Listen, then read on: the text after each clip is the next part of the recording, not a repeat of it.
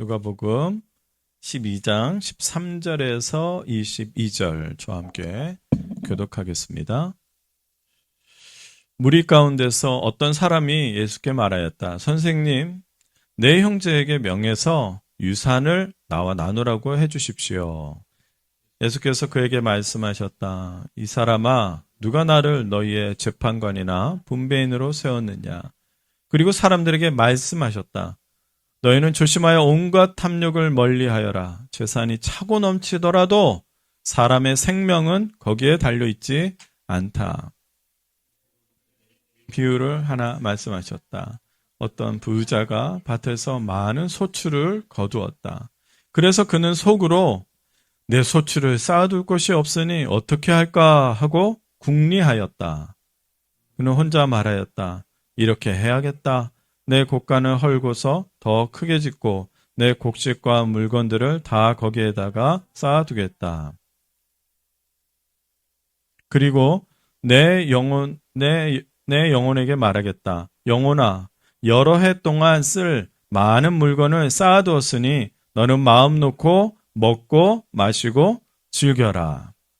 그러나 하나님께서 말씀하셨다. 어리석은 사람아, 오늘 밤에 내 영혼을 내게서 도로 찾을 것이다.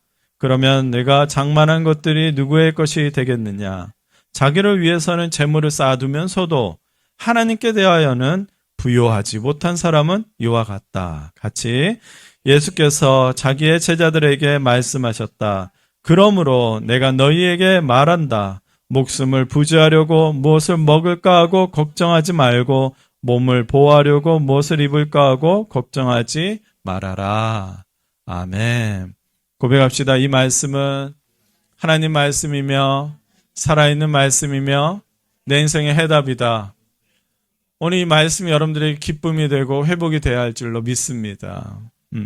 가슴에 손을 얹고 먼저 고백합시다. 당신은 나의 주인이십니다. 네. 먼저 여러분과 이 시편 16편 말씀을 함께 읽기를 원합니다. 16편 7절에서 8절 말씀인데요. 같이 한번 읽을까요? 시작. 주님께서 날마다 좋은 생각을 주시며 밤마다 나의 마음에 교훈을 주시니 내가 주님을 찬양합니다. 주님은 언제나 나와 함께 계시는 분. 그가 나의 오른쪽에 계시니 나는 흔들리지 않는다. 다윗은 누구보다 하나님과 친한 사람이었어요. 친밀한 관계에 있는 사람이었습니다. 다윗은 모든 생활 속에서요, 하나님의 아버지를 주님으로 인정하며 살았습니다. 어떻게 살았냐면요, 무슨 생각이 떠오르더라도 이것은 주님이 주신 생각이구나. 또 어떤 마음이 이렇게 일어나면 이것은 주님이 주신 마음, 그렇게 여겼습니다. 그래서 다윗의 고백이 우리의 고백이 되기를 저는 축복합니다. 특별히 8절 말씀에서 주님은 언제나 나와 함께 계시고, 원래 이 원어적으로는요, 나와 함께 계신다라는 표현보다 나의 앞에 계시고라는 말이에요. 그러니까 내가 어디에 가든지 나의 앞에, 나와 항상 함께 계시고 나의 앞에 항상 먼저 계신다는 분이세요. 그리고 언제나 나의 오른쪽에서 나를 붙들어 주시니 나는 흔들리지 않습니다. 여러분, 우리는 흔들릴 수밖에 없어요. 그렇죠? 우리가 생각이나 어떤 것을 하면 흔들려요. 그러나 주님이 나의 오른쪽에서 붙들어 주시는 거예요. 이 구약 성경에 보면은 오른편이라는 게 참 중요해요. 오른편은 가장 중요한 자리.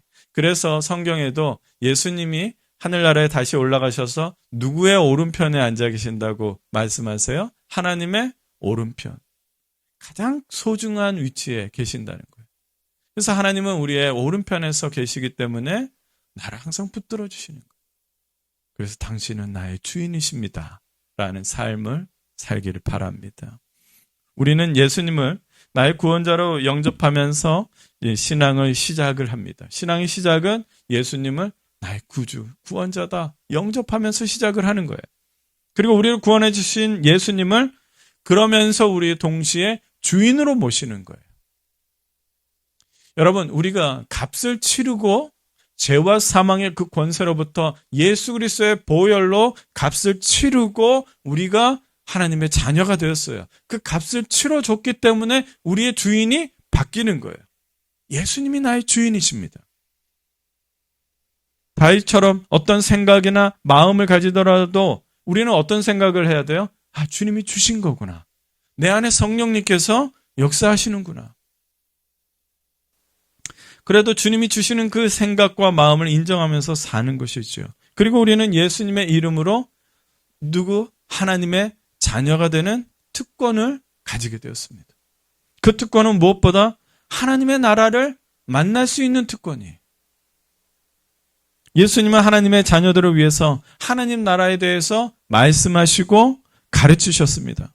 예수님의 가르침은요, 오직 하나님의 나라에 대한 것이었어요. 예수님의 첫 말씀도요, 회개하라, 천국이, 하나님의 나라가 가까이 왔다라. 가까이 왔다라는 것은 뭐예요? 하나님의 나라를 만날 수 있다. 그 실체를 보게 될 것이다. 너희가 경험하게 될 것이다. 너희가 누리게 될 것이다. 처음부터 예수님은 하나님의 나라에 대해서 말씀하셨고, 그리고 예수님이 부활하셨어요. 부활하신 다음에 여러분들 궁금하시죠? 예수님 무엇 하셨나? 나 봐라, 나 살아났다. 그것뿐만 아니라 예수님은 수차례 사람들을 만나면서 무엇에 관해서 말씀했냐? 사도행전 1장 3절에 기록되기를 하나님의 나라에 관해서만 말씀하셨어요. 처음부터 끝까지 하나님의 나라에 대해서 말씀하셨어요. 우리가 무엇보다 하나님 나라를 구하고 찾고 그러기를 명령하셨습니다. 늘 염려하고 걱정하고 근심하며 사는 것에 습관이 되고 익숙해져 있는 것. 그렇죠? 우리는 늘 걱정해요. 습관처럼 그렇게 걱정을 해요. 그렇게 익숙해져 있는 우리들에게 예수님은 다른 세계를 찾아내라고 말씀하세요. 죄와 사망의 나라, 거짓되고 악하고 왜곡된 이 세계, 이 세계에서 구원받은 하나님의 자녀로서 새로운 나라로 살아야 하기 때문입니다. 우리 구원받는 이유 중에 하나는 뭐겠습니까? 우리가 왜 구원받았을까요? 하나님이 사랑하셔서, 그 하나님이 사랑하셔서 그래서 왜 구원받게 하셨을까요? 다시 하나님의 그 나라로 우리를 데리고 오는 거예요. 그 하나님 나라를 다시 만끽하고 누리며 살기를 원하시는 거예요. 그래서 예수님이 이렇게 말씀하셨습니다. 너희는 먼저 하나님의 나라와 하나님의 의를 구하여라. 지난주일 설교 영상을 어떤 분이 보시고 저에게 이런 질문을 하셨어요. 목사님, 하나님 나라를 구하라, 찾으라, 그것은 제가 알겠는데요. 하나님 나라에 대해서 좀 뭔가, 하나님 나라가 무엇인지 좀 알려주면 더 좋을 것 같아요. 그래서 저는 어떻게 대답했냐면요. 하나님 나라가 무엇인지 제가 알려드리면 하나님 나라를 찾으시겠습니까? 하나님 나라를 구하시겠습니까? 그리고 저는요, 제가 경험한 하나님 나라 외에는 제가 알려드릴 게 없어요. 저도 하나님 나라에 대해서 계속 찾고 구하는 중입니다. 사랑하는 형제자매 여러분, 하나님의 나라를 찾아라, 하나님 나라를 구하라, 구하신 예수님의 말씀을요, 겸손하게 순수하게 들어야 합니다. 하나님 나라를 구하라, 찾으라고 말씀하셨으면 그대로 순종하면 돼요. 하나님 나라가 알아야 하는 것이면 예수님은 뭐라고 말씀하셨겠어요? 하나님 나라에 대해서 좀 알아둬라, 좀 배워라, 이렇게 말씀하셨겠죠. 그러나 예수님은 하나님의 나라를 구하라, 찾으라 말씀하신 것은 우리가 구하고 찾으라고 하면 그 실체를 만나고 경험하게 되기 때문에 그렇게 말씀하신 거예요. 하나님의 나라는 우리의 지식으로 제한되는 나라가 아닙니다. 하나님의 나라는 설교를 통해서 전부 알 수 있는 나라가 아닙니다. 하나님의 나라는 여러분들이 만나고 경험하고 보고 실체에, 그리고 여러분들의 증거가, 여러분들이 증인이 되어야 하는 나라입니다. 구하고 찾는 사람마다 다르게 경험되고 그리고 다르게 만나게 되는 그 나라가 하나님의 나라입니다. 중요한 것은 찾는 것입니다. 하나님 나라가 이런 것인가? 하나님 나라는 뭔가? 하나님의 나라에서 알고 싶다? 여러분, 하나님 나라는 구하는 것입니다. 찾는 것입니다. 하나님 나라에 대해서 지식적으로 배운 사람은 하나님의 나라를요, 아는 것에서 멈출 가능성이 높습니다. 여러분 혹시 하나님 나라의 비유에 대해서 좀 설교도 듣고 한번 읽어보셨습니까? 그런데 하나님 나라를 찾지 않습니다. 그러나 하나님 나라의 실체를 만나고 경험한 사람은요, 더 간절하게 하나님 나라를 찾습니다. 하나님 나라를 경험한 그 기쁨을요, 예수님은 비유로 말씀하셨는데 밭에 감추인 보화 비유를 말씀하셨어요. 어떤 사람이요, 어느 밭을 지나갔는데 보니까 거기에 보물이 숨겨져 있는 걸 알게 됐어요. 그래서 예수님이 재밌게 표현하는데 이 사람이 너무 기쁜데 그것을 숨겨요.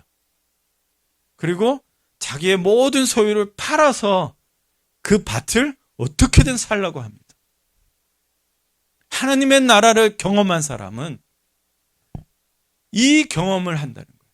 이 기쁨을 가지고 밭에 감추인 보화를 발견한 사람처럼 그렇게 산다는 거예요.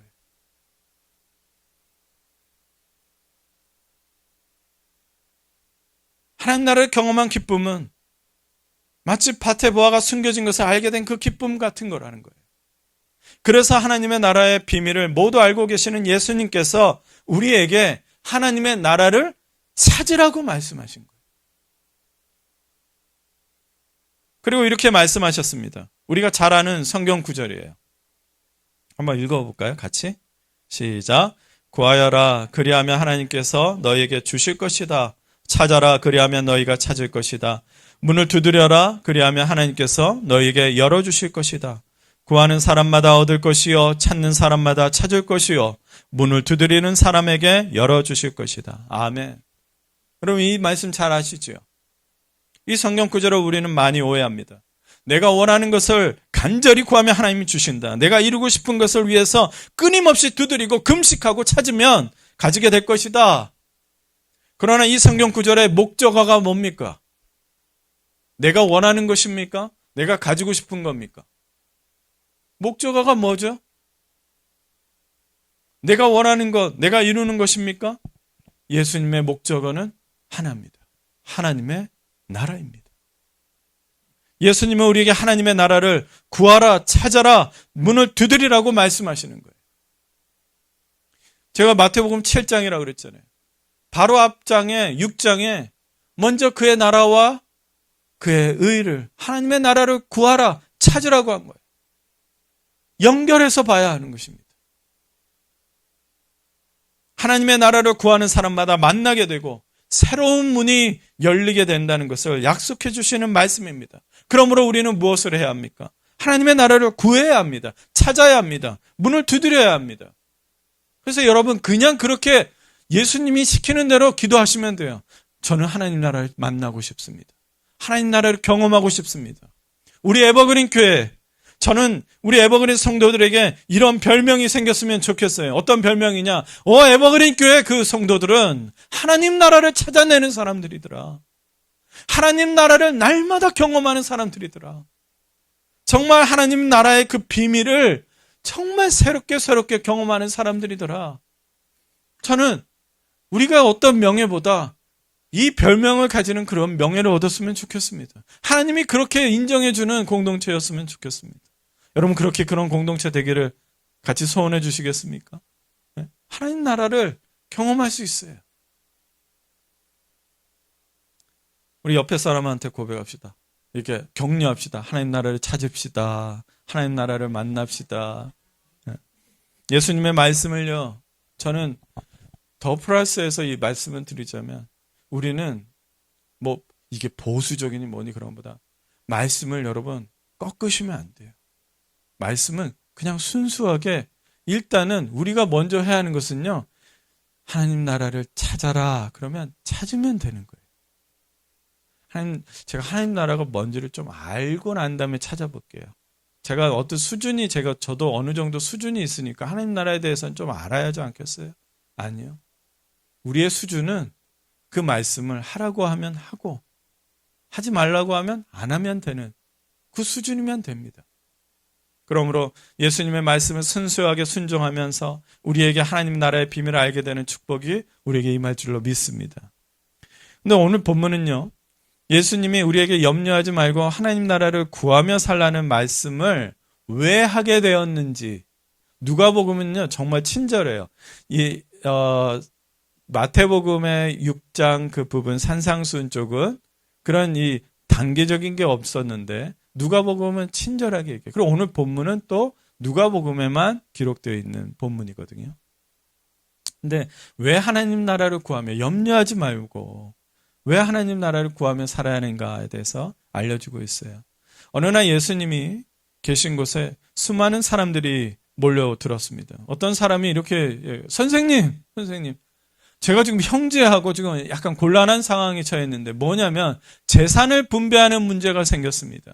그래서 우리 형제에게 잘 말해 주셔서 재산 분배 좀 해결해 주십시오라고 요청을 하는 거예요. 그랬더니 아마 이 형제하고 재산 분배 문제가 있었나 봐요. 그래서 예수님 어떻게 대답하십니까? 14절에 이 사람아 누가 나를 너희의 재판관이나 분배인으로 세웠느냐? 재판관과 분배인이라고 하셨는데요. 당시 유대인들 사이에서는 재산 분배를 할 때 두 가지 방법이 있어요. 첫 번째는요. 너무 분쟁이 심하면 그 자기들의 그 율법 선생인 그런 그 랍비라고 하는데 랍비한테 가서 이것에 대해서 한번 판결을 해달라고 얘기를 해요. 그 공동체 안에서. 또 한 가지는 전문적인 그 재산 분배하는 사람이 있었어요. 그래서 잘 재산을 다 파악해가지고 이것을 분배해주는 사람이 있었다고 하는 그 사람이 분배인이에요. 그러니까 지금 예수님은 정확하게 그 시대의 용어를 쓰신 거예요. 누가 나를 재판관이나 분배인으로 그렇게 세웠느냐? 그 사람은 예수님을 어떤 분으로 바라보았습니까? 그 사람은요, 예수님을 그냥 내 재산의 분배의 문제를 해결할 분, 그렇게 바라본 거예요. 그 사람에는 머릿속에 온통 재산 분배에 대한 생각만 있으니까 예수님이 뭐라고 아름답고 멋지고 신비한 하나님 나라에 대해서 얘기를 하는데도 그는 저런 분이면 이 재산 문제를 해결할 수 있겠구나. 예수님의 말씀은 전혀 듣지 않은 거죠. 근데 예수님의 대답에서 우리가 무엇을 느낄 수 있습니까? 첫 마디가 뭐였어요? 이 사람아! 영어로는 Oh man! 이렇게 막 얘기를 해요. 한국말로 보면 뭐라고 했을까요? 이놈아, 이렇게 하지 않았을까 생각을 들어요. 사실 예수님을 어떤 분으로 바라보느냐에 따라서 대단히 그 중요한 질문이 생기는 거예요. 왜냐하면 예수님을 어떤 분으로 보느냐에 따라서 생명이 걸린 거예요. 우리는 예수님을 어떤 분으로 봅니까? 영원한 생명을 주시는 분이에요. 살아있는 분이에요. 하나님으로 가는 오직 유일한 길이세요. 그러나 세상 사람들의 어느 부분들은 아니면 이 자리에 아니면 어떤 예수를 믿는다고 하면서도 예수님을 어떻게 바라보느냐에 따라서 생명이 걸린 거예요. 예수님은 재판관이나 분배인으로 보는 사람이 무엇을 얻겠습니까? 그 사람에게는 재산 분배가 자신의 생명만큼이나 중요한 거예요. 예수님과 같은 분을 이용해서라도 내가 가져야 할 재산을 지키고 형제와 싸워서 이겨야겠다는 생각에만 가득 찬 거예요. 그 사람은 재산만 생각하느라 구원자 예수님을 바라보지 못했습니다. 영원한 생명을 주시는 예수님을 보지 못했습니다. 생각해 보면은 지금도 예수님을 향해서 세상의 문제만을 해결해 달라고 매달리는 분들이 많습니다. 그리고 원하는 대로 풀리지 않으면 주님을 멀리하거나 감정이 상해서 등을 지는 경우를 많이 봅니다. 저는 3일 금식을 하면서도 기도 응답을 못 받았다고 했어요. 네? 이 13년을 교회를 떠난 사람을 제가 봤어요. 3일 금식을 해봤대요. 그러면 뭐가 응답이 되고 이 문제를 해결할 줄 알았는데 해결이 안 되더래요. 예수님하고 등을 지는데 13년 만에 다시 돌아왔어요. 회개하고 돌아왔어요. 목사님, 왜 제 기도만 응답되지 않을까요? 왜 열심히 교회 다녔는데 사업이 망했을까요? 15절을 한번 보겠습니다. 그리고 사람들에게 말씀하셨다. 너희는 조심하여 온갖 탐욕을 멀리하여라. 재산이 차고 넘치더라도 사람의 생명은 거기에 달려있지 않다. 예수님은 어떤 이유든지 어떤 상황이든지 모든 탐욕을 멀리하라고 말씀하십니다. 재산이 차고 넘치더랄 정도로 많아지더라도 생명은 그 재산으로도 어떻게 할 수 없다고 말씀하십니다. 예수님은 계속해서 이 탐욕과 생명을 놓고 비유하시는데 본문을 읽었지만 어떤 내용인지 간단하게 설명을 해드릴게요. 어떤 부자가 있었어요. 근데 부자가 땅을 가지고 있었는데 그 땅에서 많은 곡식, 많은 결실을 얻게 되었습니다. 얼마나 기쁠까요? 딱 보니까 저장할 곳이 모자랄 정도로 넘치게 많아진 거예요. 그래서 계획을 세워요. 고민이 드는 거예요. 이거 어떡하나? 그럼 지금 창고를 허물어서, 창고도 있는 사람이에요. 지금 창고를 허물어서 더 큰 창고를 지어서 저장해야겠다. 그리고 몇 년 동안은 편하게 먹고 마시면서 편하게 쉬어야지. 근데 하나님이 그 부자에게 이렇게 말씀하시죠. 어리석은 사람이요. 오늘 밤에 너의 영혼을 내가 다시 찾아갈 것이다. 그러면 너의 가진 것들은 누구의 것이 되겠느냐? 예수님은 이 비유의 말씀을 이렇게 정리를 하시는데 21절입니다. 자기를 위해서는 재물을 쌓아두면서도 하나님께 대하여는 부요하지 못한 사람은 이와 같다. 하나님께는 부요하지 못한 사람이라는 거예요. 예수님은 탐욕과 생명에 대한 이 비유의 말씀의 결론은 이렇게 말씀하셨죠. 탐욕은 자기를 위해서 부요해지려고 하는 것이지만 하나님께서는 전혀 부요해지는 것이 아니라는 거예요. 하나님은 탐욕을 가진 부자에게 어리석은 사람이라고 나무라셨어요. 예수님은 이 어리석은 사람을 또 뭐라고 평가하셨느냐? 하나님께 대하여는 부요하지 못한 사람. 그러면 쉽게 말하면 하나님께는 가난한 사람이라는 거예요. 하나님께는 인색한 사람이라는 거예요. 오늘 우리는 이 부분을 주의 깊게 들어야 합니다. 그럼 하나님께 부요한 사람은 어떤 사람인가? 우리가 이것을 교훈받아야 돼요. 나는 그리고 하나님께 부요한 사람이 되어야 할 것이다. 이 마음이 들어야겠지요. 이 부자에 대해서 조금 더 한번 생각해 보겠습니다. 예수님은 그를 처음부터 부자라고 했어요. 처음부터 부자. 부러우시죠? 처음부터 부자. 금수저는 뭐라 그래요? 날 때부터 금수저. 뭐 이런 말 하잖아요. 예수님은 그를 처음부터 부자라고 했어요. 부자의 그 기준이 무엇인지 모르지만 일단은 모든 것을 가진 풍족한 사람이라고 할 수 있었죠. 근데 그는 땅을 가지고 있었는데 농사가 잘 돼서 많은 곡식을 얻게 되었습니다. 근데 많은 곡식이 부자에게 고민이 되었어요. 많이 받았는데 염려했다라는 거예요. 걱정했다는 거예요. 고민했다는 겁니다. 이 비유를 잘 보면 그는 이미 무엇을 가지고 있어요? 창고를 가지고 있어요. 창고. 여기선 곡간이라고 말을 하는데 뭐 이렇게 쌓아둘 곡간을 말하는 거죠. 얼마나 머리가 똑똑한지 이제 딱 계산이 쓰는 거죠. 그래서 더 큰 창고를 지어야겠다 생각을 합니다. 여기까지는 어떤 생각이에요? 상식적인 생각이에요. 이렇게 좀 경영을 할 줄 아는 사람이라면 당연한 생각이죠. 그런데 어리석은 탐욕의 마음이 여기서부터 시작합니다. 어떤 탐욕일까요? 그것으로 몇 년 동안 편하게 살아가려는 탐욕이에요. 그리고 이미 모든 것이 내 것이에요. 여러분, 탐욕이라는 게 무엇일까요? 탐욕. 과도한 욕심을 말하는 거예요. 선을 넘은 욕심을 말하는 겁니다. 근데 부자는 사실 부자라면 할 수 있는 생각 한 거 아닙니까? 여러분도 그런 생각 해본 적 없으세요? 여러분, 만약 여러분이 부자라면 어떤 생각 하세요? 부자라면. 자, 이제 부자라면. 벌써부터 입꼬리가 막 올라가요. 부자라면. 그러면 무슨 생각 하세요? 더 이상 일하지 않고. 여행도 하면서. 그렇죠? 어떻게 하면 편하게 살까? 어디로 여행을 가지? 세계 일주를 한번 쭉 갈까? 또 어떤 집을 가져볼까? 또 무엇을 고칠까? 이런 생각을 합니다. 근데 예수님은 이 어리석은 탐욕의 마음을 지적을 합니다. 왜냐하면 탐욕은요, 단순히 무언가를 원하는 마음이 아니에요.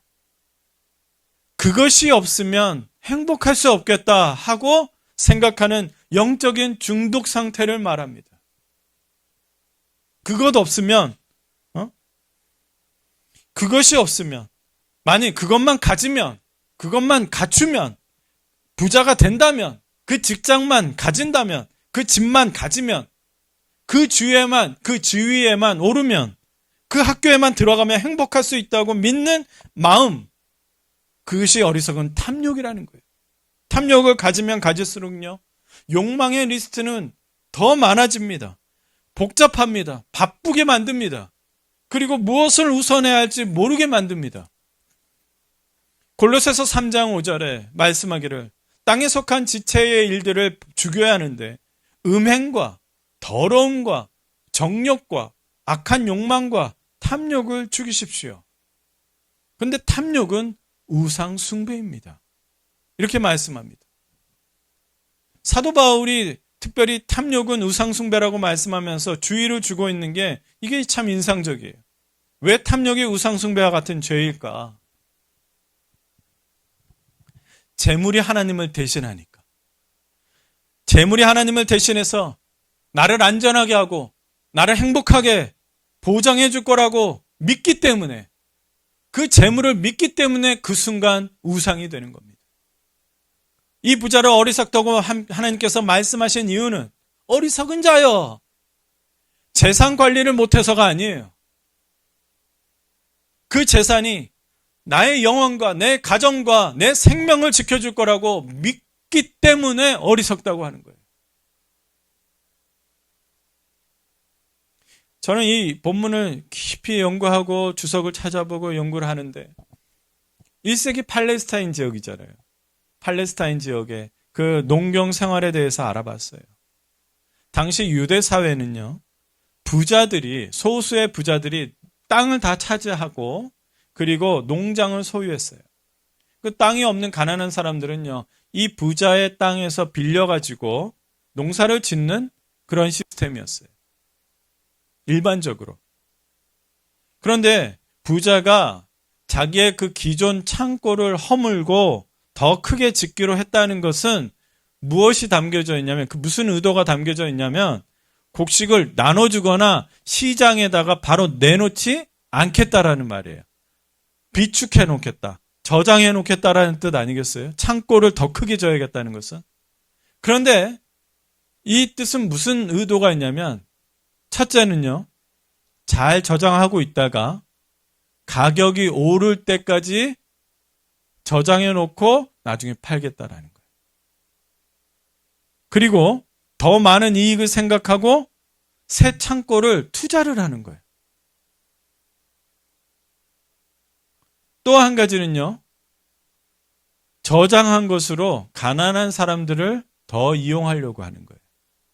경제적인 용어로 고리대금이라는 말이 있어요. 고리, 높은 이자.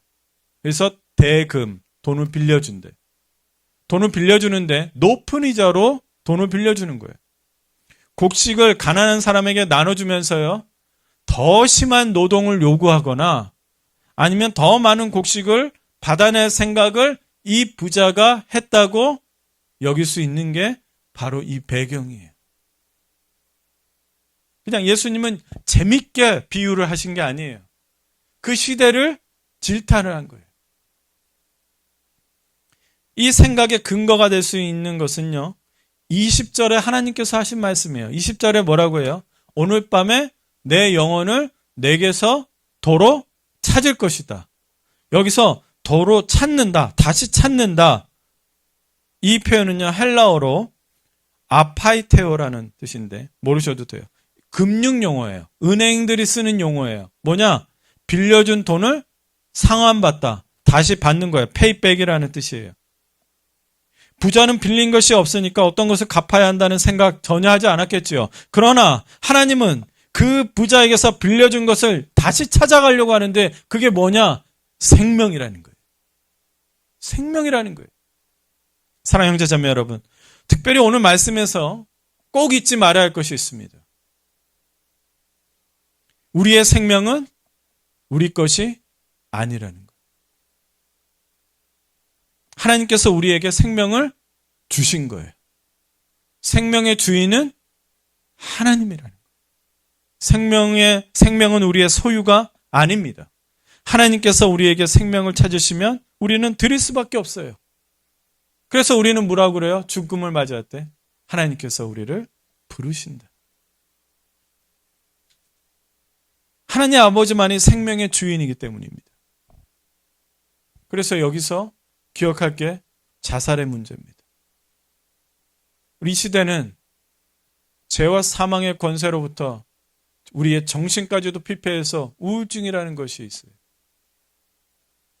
우울증의 결론은 자살의 경우가 많다고 합니다. 통탄할 일입니다. 그래서 우리가 우리 이웃의 영혼들을 위해서 기도해야 돼요.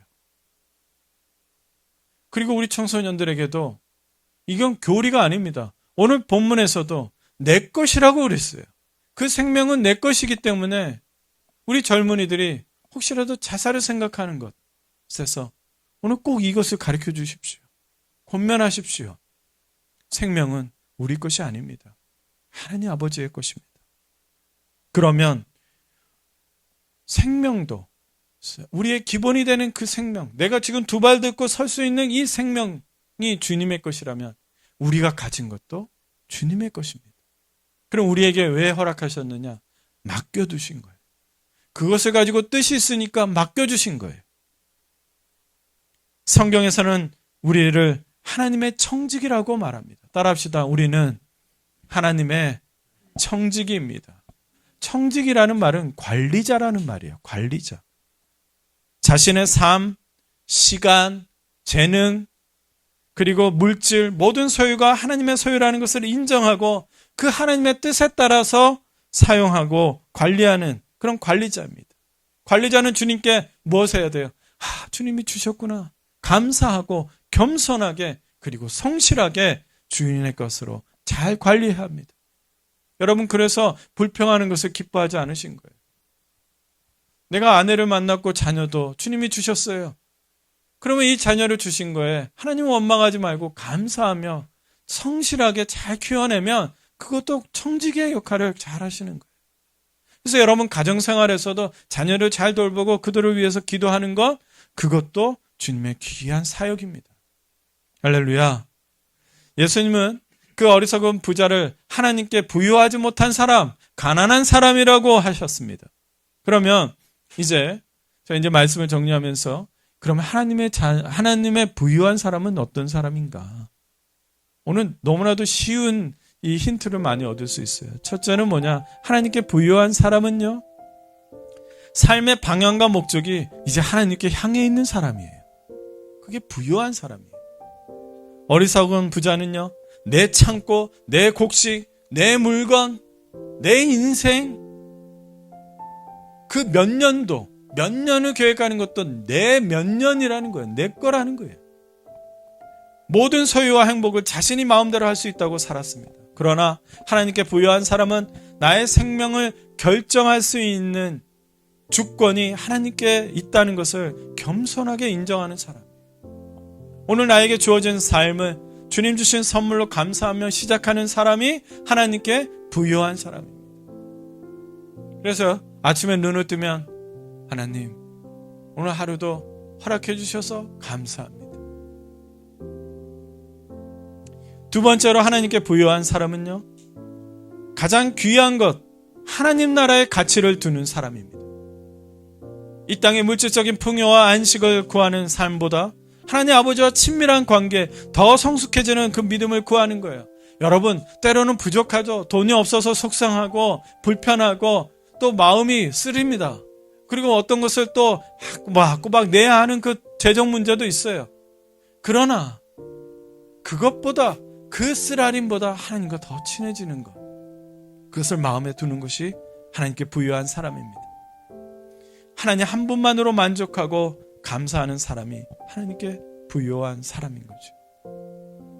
마지막으로 하나님께 부유한 사람은 쌓아두지 않고 나누는 사람입니다. 어리석은 부자는 자기를 위해서 곡식을 어떻게 쌓아두어야 할지 고민했습니다. 더 부유해지기 위해서 더 큰 창고를 지으려고 했습니다. 하나님은 이 사람을 어리석은 사람이라고 했어요. 부자가 해야 할 염려는 그것이 아니라는 거예요. 이미 그는 부자라는 거예요. 하나님이 기회를 주신 거예요. 예수님께서 말씀하신 이 비유의 끝이 무엇인지 아십니까? 오늘 지난주에도 말씀을 쭉 읽었지만 말씀의 끝은 바로 이것이었어요. 그러므로 너희는 그의 나라를 구하여라. 그리하면 이런 것들을 너희에게 더하여 주실 것이다. 두려워하지 말라 적은 무리여, 하나님 아버지께서 그의 나라를 너희에게 주시기를 기뻐하신다. 33절을 우리 같이 읽을까요? 시작. 너의 소유를 팔아서 자선을 베풀어라. 너희는 자기를 위하여 낡아지지 않는 주머니를 만들고 하늘에다 없어지지 않는 재물을 쌓아두어라. 거기에는 도둑이나 좀의 피해가 없다. 33절의 말씀은 구체적인 거예요. 어리석은 부자가 해야 할 것은요, 풍성하게 얻은 그 곡식을 뭐 하는 거예요? 풍성하게 얻은 곡식을 뭐 하는 거예요? 파는 거예요. 이유는 있어요. 이유는 있어요. 하나님 아버지께서 원하시는 것은 그 부자에게 허락하신 풍성한 곡식을 하나님의 뜻에 사용하는 거예요. 하나님은 그 부자에게 하나님 나라를 경험할 수 있는 기회를 주신 거예요. 그가 부자가 된 것, 그가 풍성한 곡식을 얻은 것, 그는 무슨 기회냐? 하나님 나라를 만날 수 있는 기회, 하나님의 실체를 볼 수 있는 기회, 하나님 나라를 경험할 수 있는 기회를 얻은 거예요. 여러분들이 부자가 될 수 있어요. 여러분들은 풍성해질 수 있어요. 뭔가 하는 게 잘 될 수 있어요. 그때 생각하십시오. 이것은 하나님으로부터 온 것이고 하나님이 내게 뜻이 있구나. 그 곡식을 팔아서, 여러분, 이 말씀은 너의 소유를 팔아서라고 뭔가 윤리적으로 도덕적으로 선한 사람이라는 게 아니라, 이 말씀은요, 아까 그 비유의 말씀하고 연결을 해야 돼요. 그 부자는 그 얻은 소유를 팔아야 돼요. 쌓아놓는 것이 아니라 팔아서 자비로운 마음으로 선을 행하는 것. 자선은 자비로운 마음으로 선을 행하는 거예요. 그것이 하나님의 뜻입니다. 하나님의 뜻을 행할 때 보상이 있는 거예요. 보상. 그것을 약속하셨어요. 그게 뭐예요? 제가 누차 말하는 것이 있어요. 영원한 하나님 나라의 포인트예요. 거기에는 썩지도 않고 벌레가 들지도 않고 뭐가 담으면 담을수록 낡아지는 것이 아니라 늘 새로운 그 포대기에 내 포인트가 점점 쌓는. 사랑의 에버그린 성도 여러분, 우리 모두 하나님께 부유한 사람이 됩시다. 하나님께 부유한 사람이 됩시다. 우리 모두 하나님의 뜻에 순종하고 하나님 나라에 썩어지지 않는 그 축복의 포인트를 쌓는, 그래서 하나님이 인정하고 하나님이 기뻐하는 하나님 나라의 부자가 되기를 주님의 이름으로 축복합니다. 기도하겠습니다. 사랑이 많으신 하나님, 오늘 이 말씀이 우리 마음에 콕 박혀서 응답이 되게 하여 주시옵소서. 나를 묶고 있고 나를 짓눌렀던 것들이서 벗어나서 하나님 나라를 찾고 찾을 때에 하나님 나라를 만나고 경험하며 그 실체의 증인이 되는 우리 에버그린 성도들이 되게 하여 주시옵소서. 주님, 내가 가지면 가질수록 감사하며 주님을 바라보며 주님의 뜻을 알게 하여 주시옵소서. 예수님의 이름으로 기도드립니다. 아멘.